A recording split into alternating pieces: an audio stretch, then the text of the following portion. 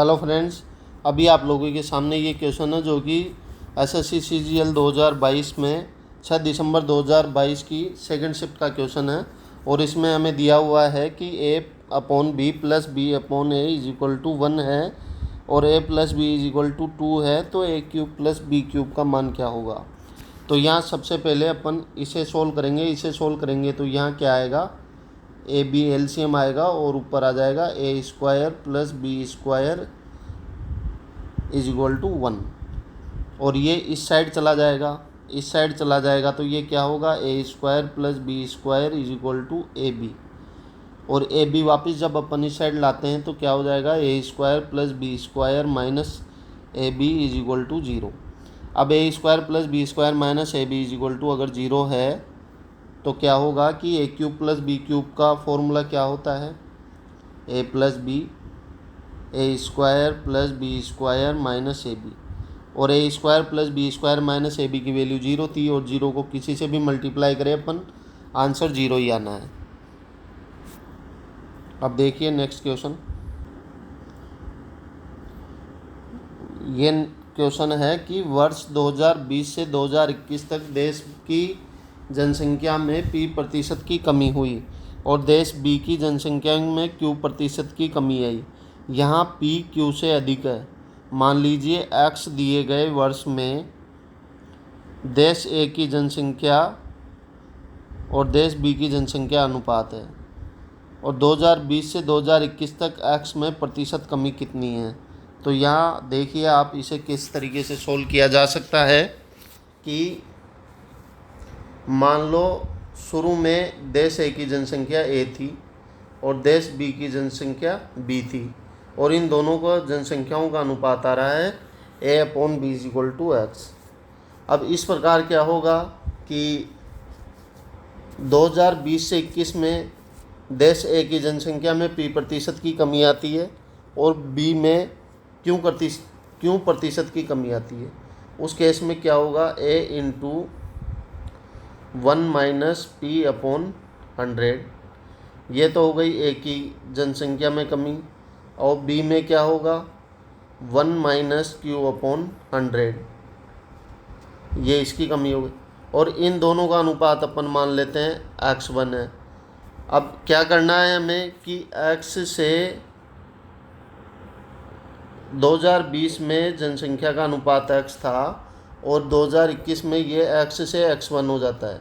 तो हमसे पूछा गया है कि 2020 से 21 तक x में प्रतिशत कमी कितनी होगी। और x में प्रतिशत कमी के लिए क्या फॉर्मूला होता है, कभी भी अगर हम किसी भी चीज़ से प्रतिशत की कमी निकालते हैं तो क्या होता है, x माइनस x1 कि x से x1 कितना कम हुआ और x से डिवाइड करके 100 से मल्टीप्लाई करते हैं।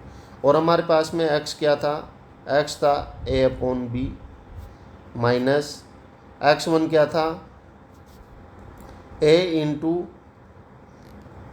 1 माइनस पी अपॉन 100 था, तो ये 100 माइनस पी अपॉन 100 हो जाएगा। और इसी प्रकार नीचे क्या आएगा, b into 100 minus Q upon 100।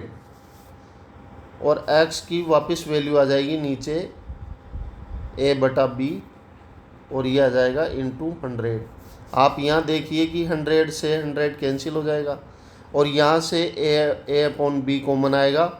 तो a अपॉन बी जब कॉमन आएगा तो a अपॉन बी नीचे वाले a अपॉन बी से कैंसिल हो जाएगा और हमारे पास में क्या रहेगा, जो देखिए आप, हमारे पास में रहेगा 1 minus 100 minus P upon 100 minus Q और अपॉन में जब ए बी से ए बी कैंसिल हो जाता है तो 1 रह जाता है और 100।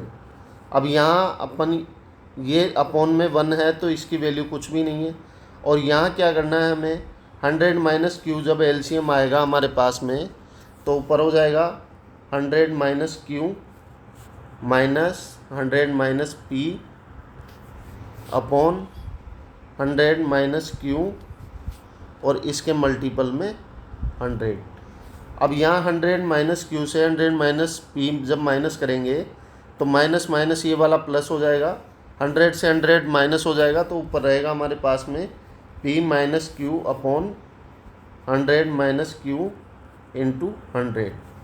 और यहाँ पर ऑप्शन में से हमारे पास में ऑप्शन ए हमारा आंसर होगा। ये मैंने यहाँ पर आपको करके दिखाया है और मैंने इसका सॉल्यूशन भी लिखा हुआ है जो कि मैं आप लोगों को दिखाता हूँ। ये इस क्वेश्चन का सॉल्यूशन है जो कि आप लोग नोट कर सकते हैं और इसे देखकर समझ सकते हैं कि कैसे इसका answer 100 into P minus Q upon 100 minus Q आया। और अब देखिए नेक्स्ट क्वेश्चन। इस क्वेश्चन में हमसे पूछा गया है कि p बराबर 7 प्लस 4 अंडर रूट 3 हो तब p की घात 6 प्लस p की घात 4 plus p square plus 1 upon p cube का मान क्या होगा। अब आप लोग यहाँ देखिए कि अगर p की वैल्यू 7 प्लस 4 रूट 3 है तो 1 अपॉन p कितना होगा, 1 अपॉन 7 प्लस 4 रूट 3। और इसे रेशनलाइज करने के लिए अपन क्या करेंगे, 7 माइनस 4 रूट 3 से ऊपर नीचे मल्टीप्लाई करेंगे।